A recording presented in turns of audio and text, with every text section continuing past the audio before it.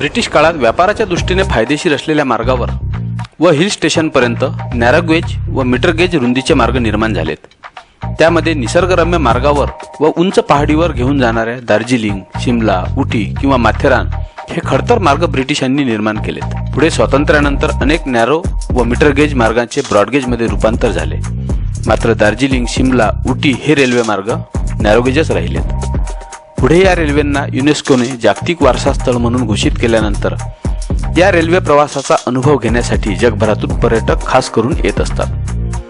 मात्र आपल्या भागात विदर्भात सुद्धा अशा प्रकारचे काही नॅरो गेज व मीटर गेज मार्ग आहेत.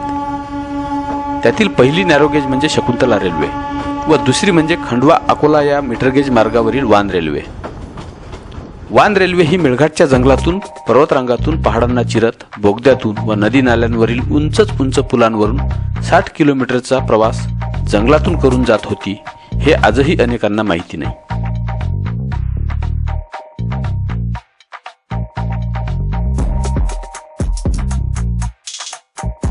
या रेल्वेच्या विस्तारीकरणाच्या कामामुळे डिसेंबर 2016 पासून ही रेल्वे बंद करण्यात आली आहे.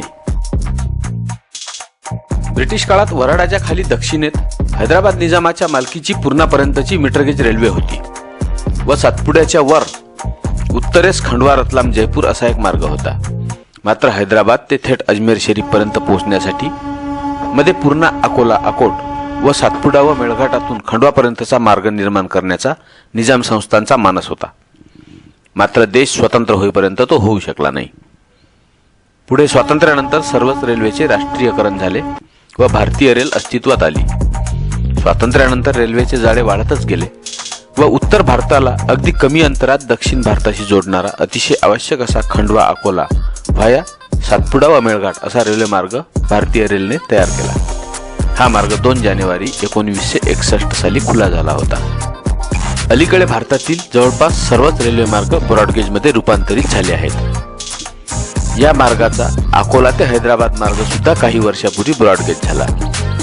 दुसऱ्या टप्प्यात अकोला ते खंडवा हा 176 किलोमीटरचा ब्रॉडगेज होणे प्रस्तावित आहे व या विस्तारीकरणासाठीच 31 डिसेंबर 2016 पासून या मार्गावरील चाकांची खटखट कायमची थांबलेली आहे.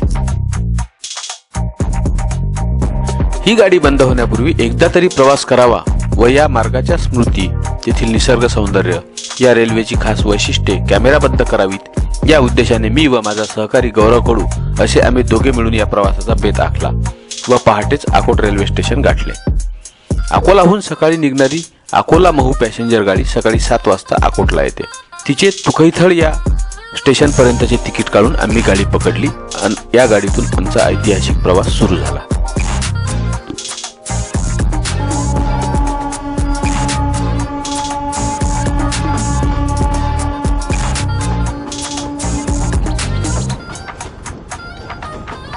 हा मार्ग अकोट या स्टेशन पासून पुढे सातपुड्यात प्रवेश करतो.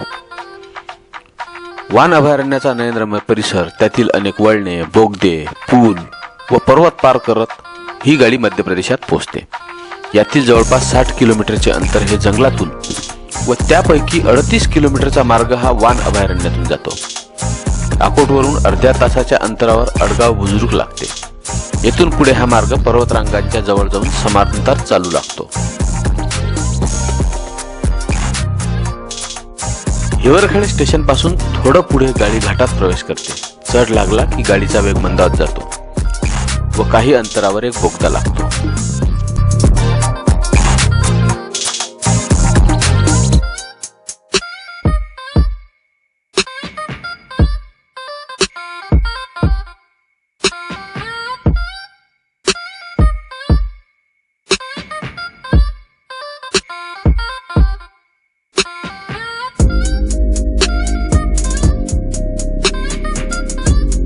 वान टनेल नावाच्या या बोगद्यात गाडी शिरली की वान अभयारण्याची सीमा सुरू होते. पुढे काही वेळातच वान स्टेशन लागते. तेथील 1-2 कर्मचारी आणि 2-3 प्रवासी चढले उतरले की गाडी पुन्हा मार्गस्थ होते.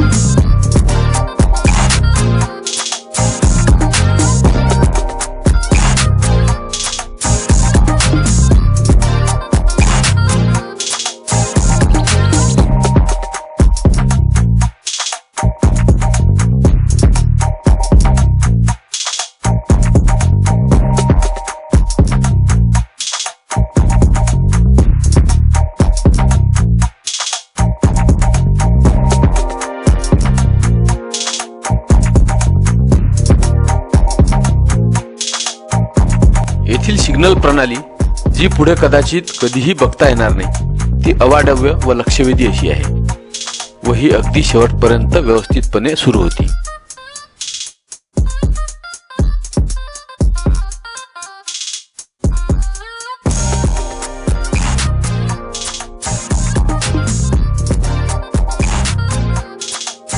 ही आहे मेळघाटातील धारगळ परिसरातून उगम पावणारी वान नदी.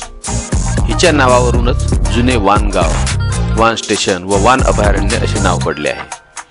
हा तिच्यावरील बिना कठाळ्याचा उंच पूल ओलांडताना थरारक अनुभव दरवाजात उभा राहून घेता येतो.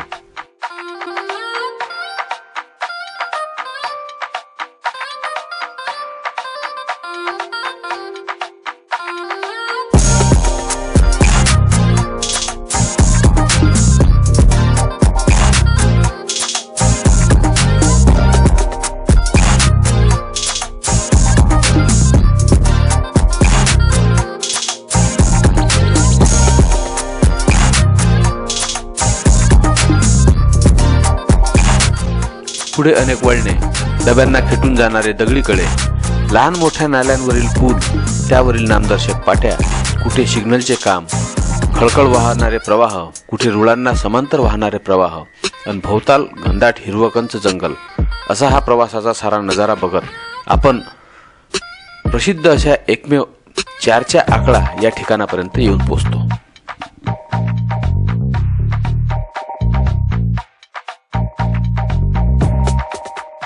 भारतात कुठेही नाही असा 4चा आकडा नावाने प्रसिद्ध असलेले व उंचावर चढवण्यासाठी वापरलेले तंत्र या रेल्वेमध्ये या ठिकाणी बघावयास मिळते. मेळघाटातील या मार्गावर धुळघाट गावाजवळ चढावाची 80 मीटरची उंची गाठण्यासाठी रेल मार्ग एका पहाडीला वळसा घालून उंचीपर्यंत नेण्यात आला आहे व यातून येथे रुळांना देवनागरीतील 4चा आकार प्राप्त झालेला आहे व हा बघण्यासाठी ही रेल्वे बंद होण्यापूर्वी दूरदूरून लोक येत असत.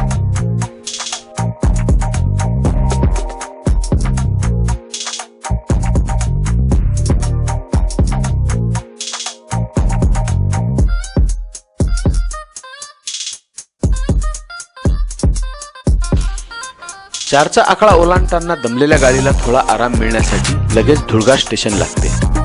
येथे गाडी थोडी जास्तच थांबते.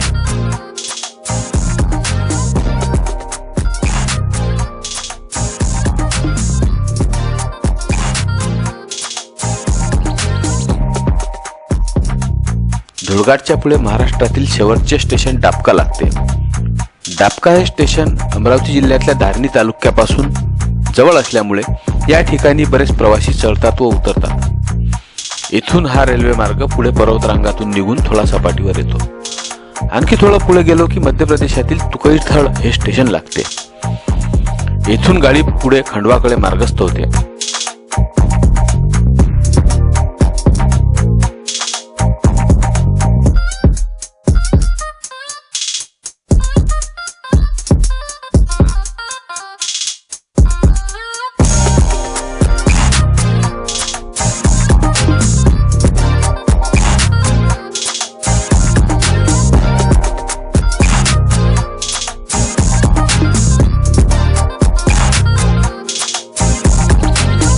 मेळघाट व्याघ्र प्रकल्पाच्या वान अभयारण्यातून जाणारी ही 55 वर्षे जुनी मीटर गेज रेल्वे याच मार्गावर ब्रॉडगेज होणे प्रस्तावित आहे. तसे झाल्यास गाडीचा वेग वाढून या मार्गावर दिवसभरात जवळपास 28 गाड्या ये जा करतील असा अंदाज आहे. त्यामुळे वाघ, बिबट, अस्वल अशा प्राण्यांच्या अस्तित्वासह जैवविविधता संपन्न असलेल्या या प्रदेशातील वन्यजीव अपघात वाढणार यात काही शंकाच नाही. म्हणूनच हा मार्ग थोडा वळवून जामोद मार्गे न्यावा असा वन्यजीव प्रेमींचा आग्रह आहे. तसे झाल्यास येथील वन्यजीव बहरण्यास व जामोद मार्गावरील अनेक गावांना नवीन रेल्वेचा थेट फायदा होण्यास सुद्धा मदत होईल.